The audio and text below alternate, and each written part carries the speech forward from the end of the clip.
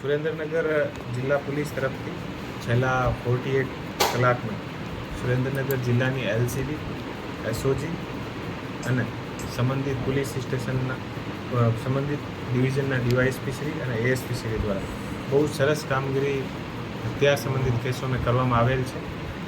છેલ્લા 48 કલાકમાં ટોટલ 10 અલગ અલગ ગુના દાખલ કરેલ છે અને આ 10 જે અલગ અલગ ગુના છે, આ ગુનામાં ટોટલ 12 હથિયાર પકડાયા છે અને ટોટલ જે છે એ 28 કાર્ટીસ અમે સાથે પકડાયા છે.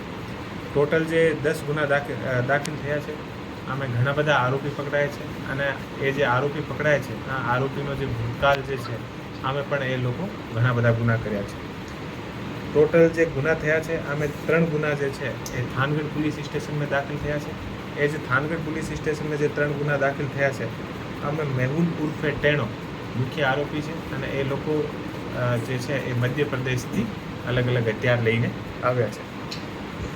આના અલાવા એક ગુનો જે છે એ જોરાવરનગર પોલીસ સ્ટેશનમાં દાખલ થયો છે.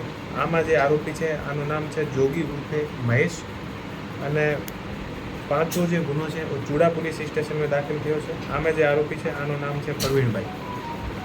6થો જે ગુનો દાખલ થયો છે આ ધજાડા પોલીસ સ્ટેશનમાં. આમે જે આરોપી છે હર્ષ ઉર્ફે ચોકેટ અને 7મો ગુનો જે દાખલ થયો છે એ આણંદપુર પોલીસ સ્ટેશનમાં દાખલ થયો છે. આમે જે આરોપી છે, આનું નામ છે વિનુભાઈ લીંબાભાઈ ચૌહાણ અને 8મો જે ગુનો દાખલ થયો છે એ ધાંગધ્રા તાલુકા પોલીસ સ્ટેશનમાં કાદર હબીબભાઈ સિપાહી ઉપર ગુનો દાખલ થયો છે અને 9મો ગુનો જે દાખલ થયો છે એ ચૂડા પોલીસ સ્ટેશનમાં દાખલ થયો છે. આમે જે આરોપી છે, આમે હરેશ ઉર્ફે ઘોડો રજનીકાંતભાઈ ઘાટલિયા અને 10મો ગુનો જે છે એ ધજાડા પોલીસ સ્ટેશનમાં દાખલ થયો છે સમંદર રઘુભાઈ ડાબી ઉપર.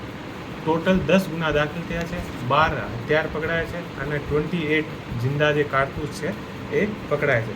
બહુ સારી કામગીરી એલસીબી, એસઓજી અને પેરોલ ફરલો અને તમામ એએસપી શ્રી અને ડીવાયએસપી શ્રી દ્વારા કરવામાં આવેલ છે.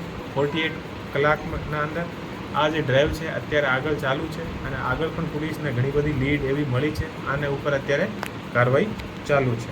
તો હું તમામ જે ટીમ છે, એએસપી શ્રી, ડીવાયએસપી શ્રી અને તમામને હું બધાઈ આપું છું કે સરસ કામગીરી પોલીસ દ્વારા કરવામાં આવે છે. તમામ હથિયારો છે એક જ જગ્યાએ જ લાવવામાં આવે છે, અલગ અલગ જગ્યાએ? મેં જે રીતે આપને બતાવ્યો કે થાનગઢના જે 3 જે ગુના દાખલ થયા છે, એ જે હથિયાર છે એ એમપીથી આવે છે. આ રીતે એ અલગ અલગ જગ્યાથી એ આવ્યા છે અને અત્યારે આની જે પોલીસની તપાસ આગળ ચાલુ છે.